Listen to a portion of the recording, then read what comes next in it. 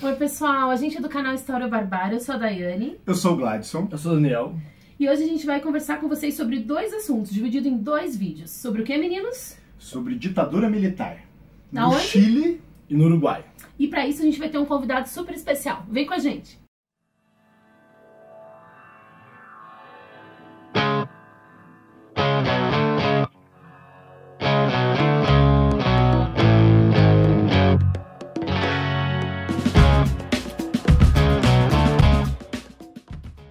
Pessoal, antes de começar esse vídeo, a gente não pode esquecer de fazer o nosso merchan, né? O que você tem que fazer?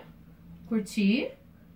ativar o sininho para receber as notificações. Comentar, interagir. Boa. Isso. E compartilhar com todo mundo. Manda lá no grupão do Zap, manda lá pra família, né? Pra aquele brother lá que não gosta de história. Pra ver se ele começa a gostar, né? Isso aí. Manda para aquele passador de pano de ditadura também. É isso, pessoal. Curte, compartilha. Vamos lá, vamos fazer esse canal aí, ó.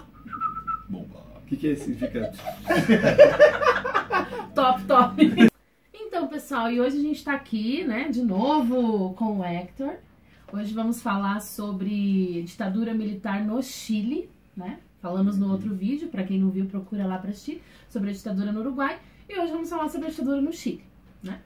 E é ditadura mesmo, não é regime militar não, que aqui a gente não passa pano para ditador não, né? Isso aí. Vai direto ao ponto. Exato. Muito importante falar da ditadura chilena, porque a meu ver, não sei o que vocês acham, o Chile é quase como uma referência para a gente entender o Brasil também. Pelo menos na minha ótica, muito do que acontece no Chile acontece no Brasil, e é bom a gente ficar de olho na história dos dois.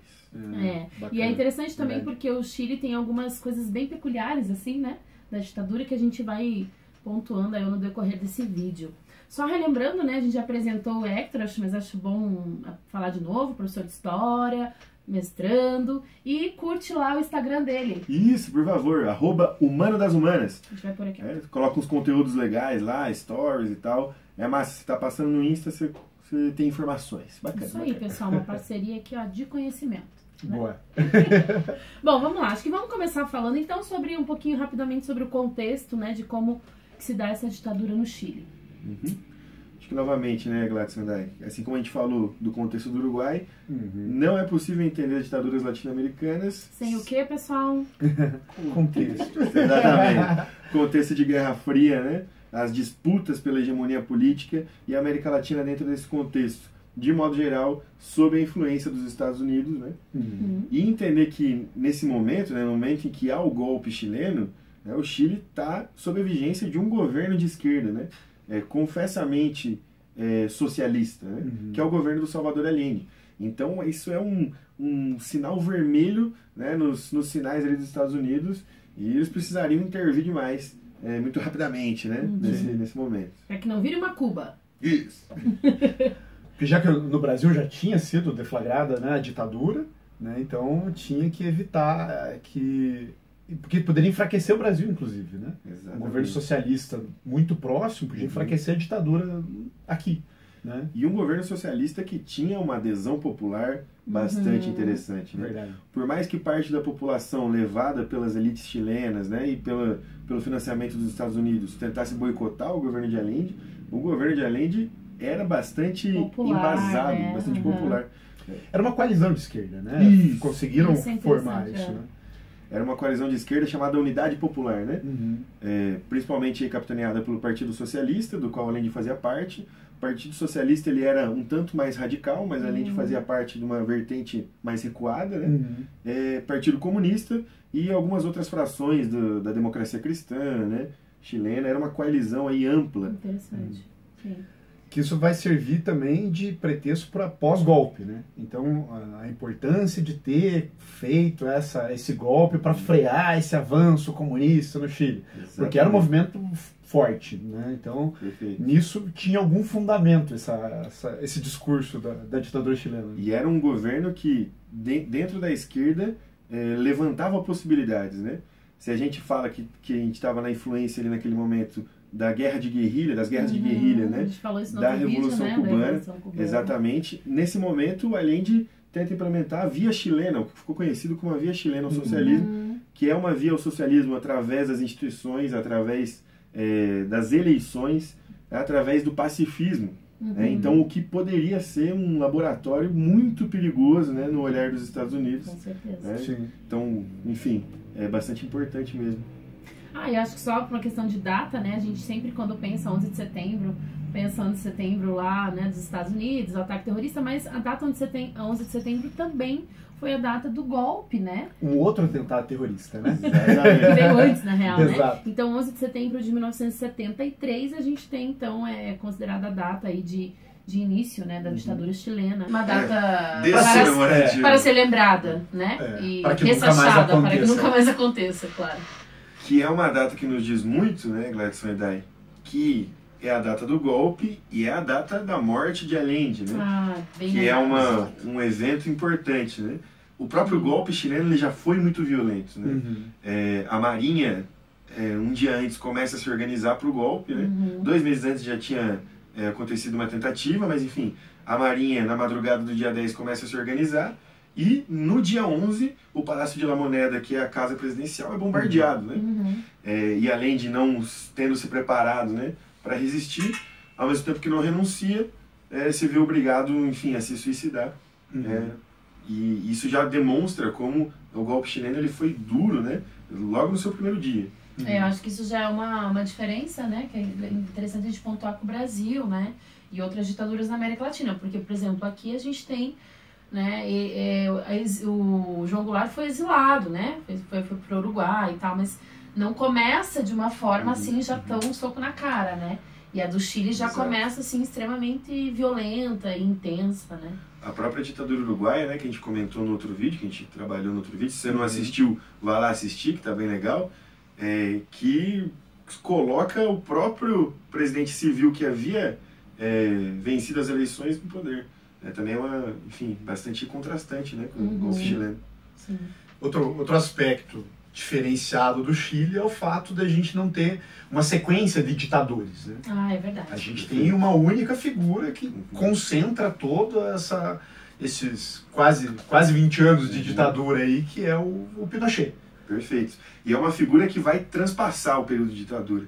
Porque hoje você pergunta para alguém na rua aí, sei lá, Humberto Castelo Branco. A pessoa provavelmente não vai ter muitas referências, né, do Castelo Branco. No Chile, e mesmo fora do Chile, o Pinochet é uma figura que transcende o período ditatorial, né, que é de 73 a 90. É um cara que vai acumular tanto poder que vai virar senador vitalício do Chile. Né? Imagina. Então, Surreal. Surreal. Então é uma figura, enfim, do século XX latino-americano indispensável de se estudar. E ele conseguiu essa proeza de encarnar o regime. Né? A gente não teve... No Brasil a gente não tem essa experiência, né? Por mais que tenha anos de chumbo e tal, não tem a personificação do regime numa pessoa só, né? Isso é bizarro, não faz parte da nossa vivência, né? Uma coisa que é bem interessante de a gente pontuar, porque é central, é como nessa ditadura chilena fica muito claro o viés da neoliberalização pela qual passa o Chile. A gente teve um professor que sempre falou assim: na América Latina, ser conservador é ser liberal é ser conservador. Então há um conservadorismo cultural profundo no Pinochet, uma centralização do poder, e na economia uma abertura ao liberalismo. Né? Então é um liberalismo que vem na base do facão, na base da repressão. Né? E isso é bem importante de ser falado. E vão vender tudo, né? Isso. Foi vendido... foi rifado o Chile durante a ditadura do Pinochet, que não dá para chamar. Exatamente. Vamos dar título a quem não deve, né? Quer educação pública? Não vai ter. Quer previdência pública? Também não vai ter. A não ser que você seja militar. Exatamente. Porque para os militares não foi privatizado. Tem uma regra, é isso aí. É uma influência bastante grande dos chamados Chicago Boys, né? Aqueles estudantes chilenos que vão aos Estados Unidos estudar com Milton Friedman, né? As doutrinas do Milton Friedman, e voltam, né, para aplicar isso no Chile. Né? Alguns brasileiros lá, né, que tiveram também uma influência grande. A gente tem o Chicago Boy aí agora no governo, né? Dá pra sentir da onde vem essa escola. E o Chicago Boy que passou por lá, esteve lá em terras chilenas, né, ditando regras econômicas lá também. Viu só? Olha o perigo, olha o perigo. Bom, acho que é interessante a gente falar também sobre os mecanismos de repressão do Chile, né? Porque ele também, nesse aspecto, vai ter características bem próprias, assim, né? Não dá pra dizer, né? Acho que já foi falado no vídeo sobre o Uruguai, não tem ditadura mais leve do que a outra, não é essa a questão. Mas a ditadura chilena, ela foi mais sanguinária, mais mortífera, né? Mais sedenta por isso, né? Exatamente, ela se sentiu confortável em matar. Uhum. Né? Ela não teve muitas travas nos assassinatos. Né? Uhum. O que algumas vezes gera nos defensores das outras ditaduras, dos outros regimes autoritários, uma ideia de que não, as nossas ditaduras aqui, os nossos regimes foram brandos, né? Porque olha o Chile, matou tanto. Né? Que é uma ideia equivocada, mas Sim. guarda um aspecto da verdade, que é o número de mortes no Chile, de fato, foi elevadíssimo. É aquela competição da barbárie, né? Não, eles mataram mais que a gente. Isso é absurdo, né? Mas Sim. existe. Eles disputam a barbárie, mas aqui nesse canal a escolha é pela história. Exatamente. Ah, boa. Vou ter que... Tamo junto. Boa. Bom, e acho que é legal lembrar, assim, também, pra gente fazer essas conexões, né? Que os nossos... A ditadura do Brasil, então, começa em 64, então a gente começa pioneiro, né? A gente começa muito antes que os outros países. E a gente manda os nossos torturadores, a nossa equipe de repressão, vão dar cursos, né? Nos países vizinhos. Então o Chile também recebe, né? Muitos torturadores que vão lá, enfim, ensinar sobre essas técnicas de repressão e tortura. E aí você estava contando para nós ali em off uma história interessante sobre isso, né? Tem um sujeito que era chave desse... Era professor de tortura, vamos colocar as palavras certas. Né? A gente era campeão em torturar com choque, né? E ele vai ensinar isso. E em determinado momento dizem, né, que ele falou a seguinte frase: nós brasileiros somos cirurgiões, os chilenos são açougueiros. Só para ter essa ideia de como... Né? Imagina o naipe desse workshop, gente. Nossa senhora, workshop de tortura. Que horror, cara. Tem a questão também dos estádios, né, de futebol. Acho que é interessante a gente comentar isso, como que durante a ditadura os estádios de futebol vão ganhar uma outra conotação, né? Eram grandes prisões, né, temporárias, exatamente por essa gana de prender e matar sem muito pudor.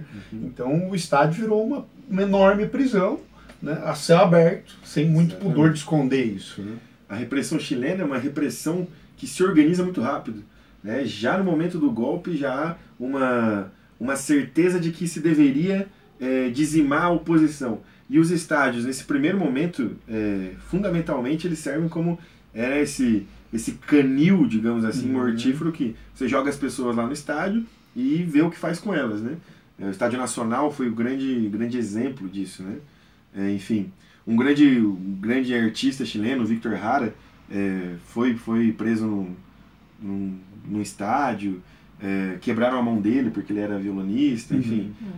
Os exemplos são demais. Tem algumas crônicas que relatam a tristeza que era você ter os alto-falantes que narravam acontecimentos do futebol, do esporte, se chamarem nomes de pessoas a serem interrogadas, a serem assassinadas. Então foi uma outra significação para aquele local. Perfeito, perfeito. Tem um caso engraçado não, porque o tema não é engraçado, mas mostra como o impacto que teve tudo isso, né?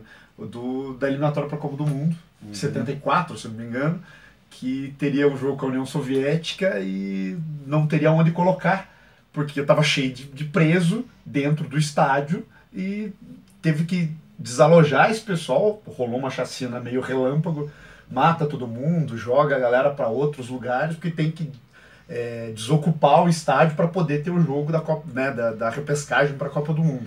E esses eventos esportivos sempre vitrines do regime, né? Sim. Então De é necessário novo, né, utilizar esses eventos internacionais Sim. para fazer propaganda do regime. Então, se for preciso matar a galera para que a gente consiga fazer isso, vamos matar. Quando eu me deparei com essa história, eu fiquei impressionado. Eu falei, não é verdade, isso é mentira. Tô curioso agora. O que vem? Que é o da Colônia Dignidade. Ah, claro. Que é uma coisa surreal, né, que existiu dentro do Chile com o respaldo do governo. Né? Então, se puder explanar um pouquinho. Não. Essa Colônia Dignidade, ela é uma grande marca né, de como o governo, além da repressão clássica, que a gente está acostumado a pensar sobre os regimes ditatoriais, como ele inova, digamos assim, e requinta na crueldade, né? Então, enfim, uma colônia afastada, né, na qual essencialmente mulheres eram levadas e enganadas, né, com um grau religioso, né, com um discurso religioso, né, venha para quase um convento, né, venha para esse convento, seguir os passos de Cristo, e na verdade essa colônia funcionava como um campo de concentração. Né? Não tem outra palavra. Tem outra Mas teve palavra. homens também, né? Não Teve eram só homens mulheres, né? Ele pegava... E é um ex-nazista, né? Exato. Ex-nazista. Fugiu da Alemanha para não ser julgado pelos crimes do nazismo e veio se esconder no Chile com todo o apoio. E daí quando surge, né, a ditadura chilena, ele tem o campo perfeito. Ele não declarava imposto de renda, ele era protegido, né? Não só não fiscalizado, mas protegido, né? Então, pessoas presas pela ditadura eram mandadas para lá para ser torturada, né? Então, tipo, serviu de um braço da maldade, né? Era uma cooperação do horror. Assustador, né? Ele conseguia cooptar, porque como era um lugar afastado, ele conseguia cooptar filhos da vizinhança. Falou, eu vou oferecer educação para o seu filho. E ele abusava, estuprava dessas crianças porque não ficava preso, né? No campo de concentração religioso, nazista, uma bizarrice completa. E, né, a gente está falando aqui da questão da repressão, e é sempre importante lembrar que onde tem repressão tem resistência, né? A gente já falou isso algumas vezes, eu sempre baixo nessa tecla, né? E, obviamente, vamos ter também resistência no Chile, né? Se quiser falar sobre isso, acho que é legal. De novo, né? Entendendo resistência nesse espectro amplo, né? Claro. Falando um pouco mais da resistência organizada, a gente tem os principais partidos, que eram partidos que tinham grande força na história política do Chile no século XX inteiro, que era o Partido Socialista e o Partido Comunista, na clandestinidade, né? Então, com grande dificuldade de se organizar, e o movimento esquerda revolucionário, chamado MIR, adotando a tática de guerrilha, né? Ou pelo menos tentando organizar isso, né? Que são esses focos principais de resistência. São focos bastante deficitários em virtude da repressão forte, profunda, né, do regime, mas que estão tentando, em conexão com outros países também, tentar fazer essa resistência mais direta, né, ao regime. E é interessante a gente notar o discurso, né?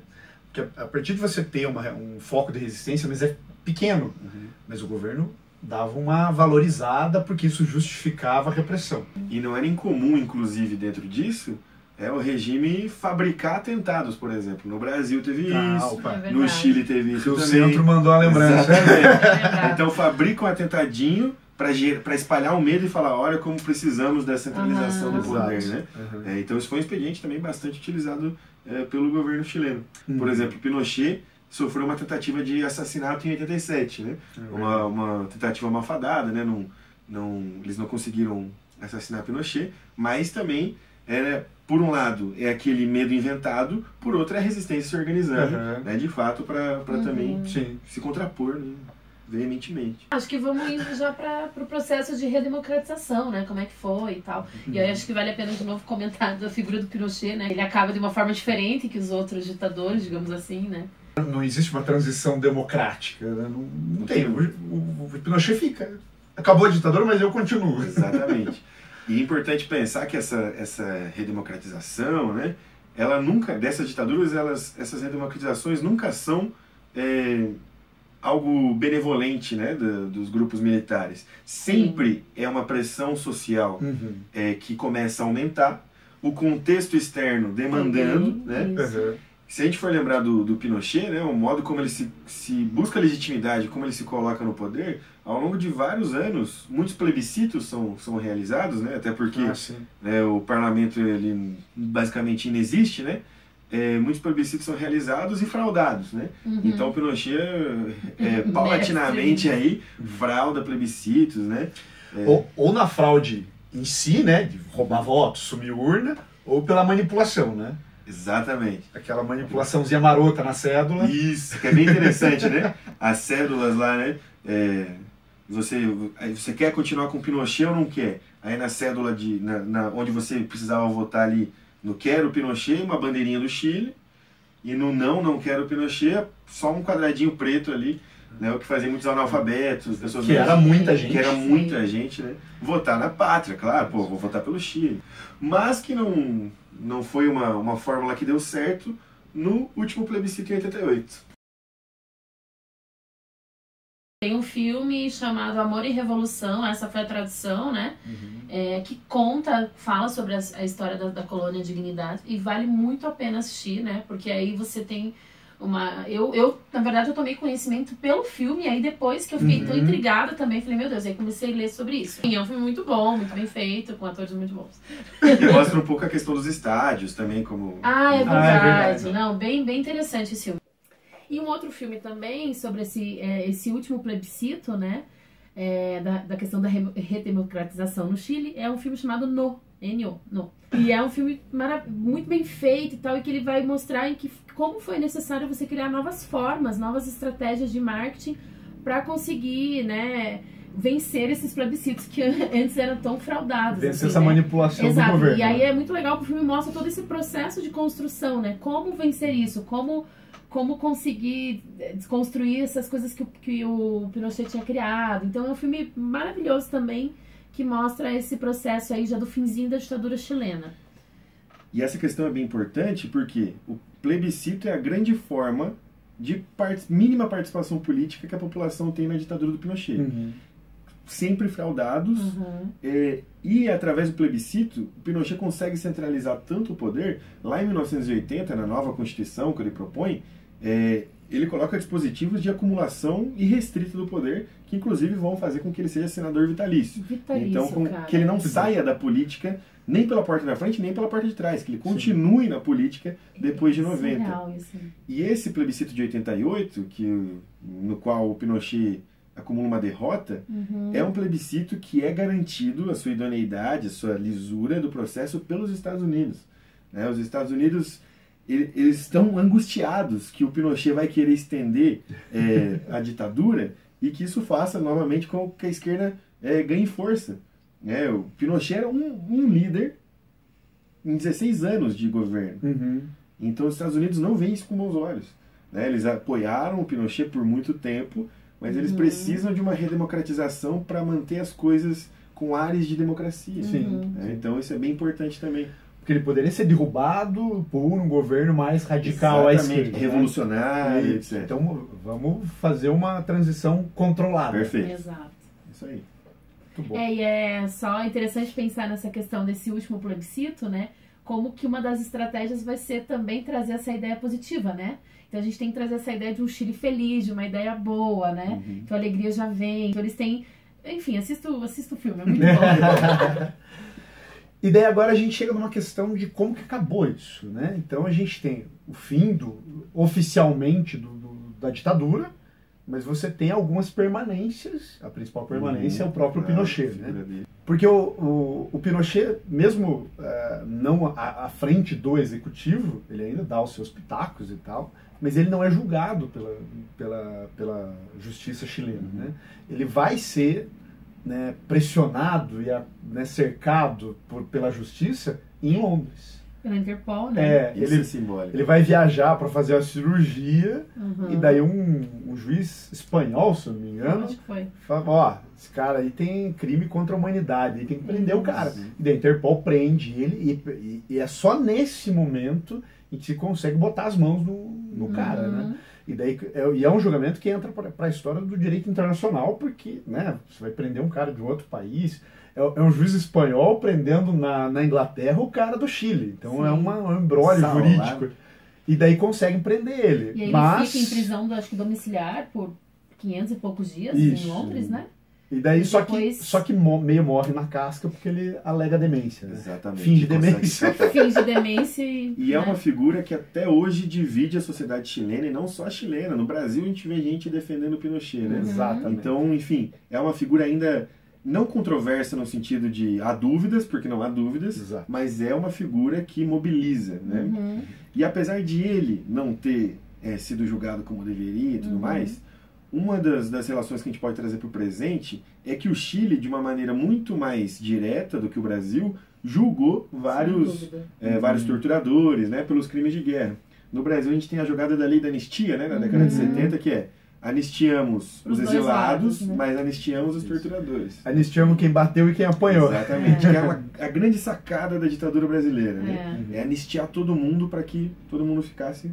E que toda vez que a gente tentou, depois disso, né, reacender esse debate, sempre foi silenciado também, né? Então, no Brasil nós temos uma dificuldade muito grande com isso, assim, né? É um debate que ainda está por aberto, é uma ferida aberta, e que toda vez que a gente tenta falar, existe todo né, uma pressão contra. Então, eu acho que o Uruguai, o Chile, o Uruguai mais ainda, né? A Argentina também, já conseguiram lidar com isso de uma forma muito melhor, né? Que a Na gente. Argentina, o presidente da ditadura morreu na prisão.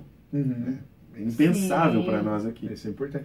Não, é importante. Apesar do Pinochet não ter sido preso, né, sido julgado e condenado em vida, mas ele tem um esforço grande do governo chileno de não dar honrarias, né, não tentar dar honras de chefe de Estado para as coisas do Pinochet, né? Então isso é importante. Recentemente, em Santiago, abriram um museu, né? Todo mundo fala que ele é um exemplo, assim, conta toda essa história, né? Mostra todas essas denúncias. Cara, isso é muito interessante, lugares de memória. Eu fico perguntando aqui no Brasil, né? O que nós temos de lugares de memória? A gente tem casos pontuais, né? A gente tem em São Paulo ali uma cela onde era do DOPS, a gente tem um monumento no Nordeste, a gente tem... Mas assim...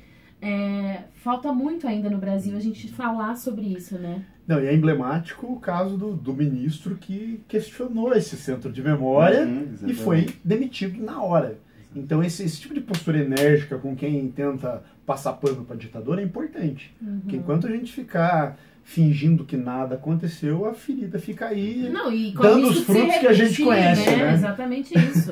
A gente precisa falar desse passado, ter lugar de memória justamente para mostrar o quanto foi horrível, uma barbárie, e que isso não pode se repetir. Né? E eu acho que nesse aspecto, esses nossos países vizinhos estão muito mais à frente do que nós. Assim. A Comissão da Verdade chilena tem mais de 10 anos antes da nossa, né? Não, e mesmo nas ruas, né? Quando você vê nos muros, você vê os piches, né? A galera cobrando a sociedade civil, né? Então isso é muito latente nesses países e a gente ainda, né? E um último ponto, só acho que é interessante comentar, não só nesses lugares de memória, em que a gente olha para o passado, né? Vê algo lá no passado e questiona e faz o debate certo, como o legado socioeconômico que a ditadura deixa também, que no Chile é sensivelmente notável, né? A privatização da Previdência, da educação, as pessoas no ensino superior contraindo dívidas enormes, né? Enfim. Idosos se suicidando porque não tem, né, a reforma da Previdência, os caras não têm dinheiro para comprar remédio. O pessoal ganhando 30%, 40% dos últimos salários. O Chile atualmente está triste a situação socioeconômica e é tudo fruto dessa ditadura, né? Então a gente não pode esquecer isso. Exatamente. Verdade. Bom, então acho que é isso. Agradecer de novo a presença aí, forte com a gente. 2 vídeos. E a gente agradece, né, quem tá aí acompanhando, escreve pra gente, manda as dúvidas, sugestões, né? Se você tiver sugestões para mais vídeos, se você gostou dessa temática, fala aí com a gente que a gente quer saber também a sua opinião. Exato. E é isso, gente. Ditadores não passarão, ditadura nunca mais. Uma temática importante, né, dos nossos irmãos que passaram pelo que a gente passou também. E é bom a gente aprender com isso, para que isso não aconteça, né? Nunca mais. Nunca mais. E viva a América Latina, povo sem pernas, mas que caminha. Muito bom. Muito bem. Tchau, pessoal. Obrigada. Até. Tchau, tchau. Tchau.